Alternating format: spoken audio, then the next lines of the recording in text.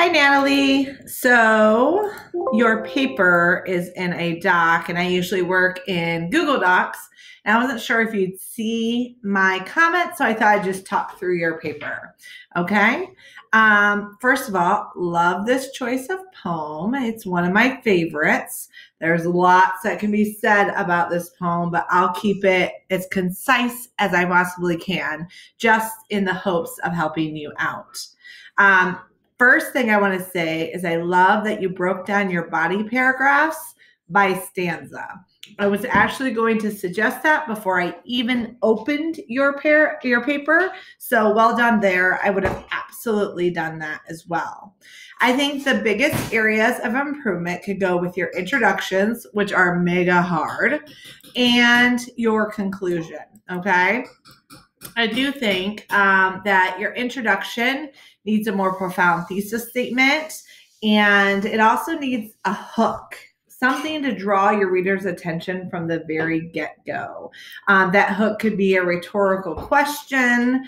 That hook could be a line from The Road Not Taken, one that you think might draw your readers in.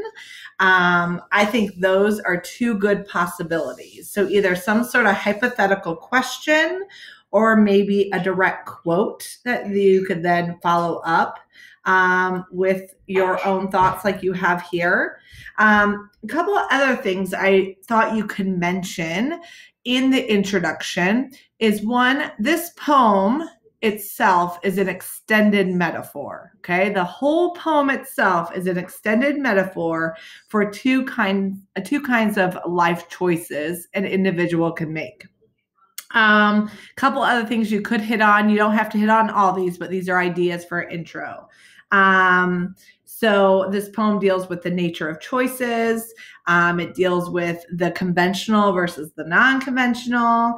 It deals with the idea of rugged individualism. The poem itself is kind of a journey that it takes you on, trying to decide not only through the lens of our narrator, but just people in general and the choices they make. It makes it very personal for each individual reader.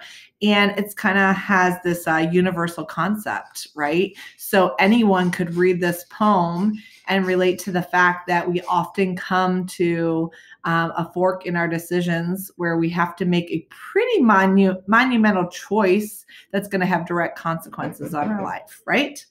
And, the poem even opens up with a dilemma. It starts off with a problem, and then you get to see the narrator, solve this conflict and then come to terms with this conflict, also question his or her own conflict. So just a couple ideas for how you could open it with any of those sort of thoughts. There's also a huge shift in mood, and you can mention that as you go through each stanza. That might be something you can add to each, because you can find in each stanza that the narrator's mood does shift. In the beginning, I find him kind of sorrowful. At times he's playful. Other times he's very, kind of serious, sometimes reminiscent. It just depends when you're looking at the poem. There is a shift in mood as well. If you want to pull on some of the literary terms, I would definitely pull out the idea of an extended metaphor for a choice in life, mood. And then I'd also pull on imagery, especially this first stanza. He does such a beautiful job. Let me go back to the poem itself real quick. I had it pulled up. Here we go. So imagery is an author's ability to appeal to our sense of sight, touch, taste, smell, hear. And that's what Robert Frost does. He is, depicting pretty much our environment right now, our autumn. Well, not today because it's snowing and that's weird. But, autumn with the, leaves falling, the yellow wood, talking about the trees and their ever-changing leaves. And he really, appeals to our sense of sight and even touch, to where it vet in the undergrowth. So, as he's talking about in that first stanza, he can't even really make out the road because it's so covered in leaves. Okay. So maybe in that first stanza, in that first paragraph, you could mention the idea of imagery and how he really appeals to those senses as well. And then I like to, if you can pull out specific things in actual life that relate to what he's talking about. And I actually think you do a good job at referencing that throughout. So bravo there. Anytime you can give a specific example to support what Robert's saying is great, because your goal here is to convince your reader that Robert Frost is going to take you on a journey. And that could actually make a really good thesis statement. Robert Frost's poem, The Road Not Taken, literally takes its reader and its narrator on a journey in a major life decision. Okay. And then your essay could support that. All right. Stanza 2, make sure you note that he or she has made a choice, but they kind of go back and forth on this choice. Are they better because, they made this choice where the road doesn't seem as warm? But who's to say the other choice isn't good either? It's up to personal decision, right? And that's in real life too. What might be a good choice for me is not necessarily going to be a good choice for you. So while he takes the nonconformist path, so to speak, maybe that's not the right choice for every single person, right?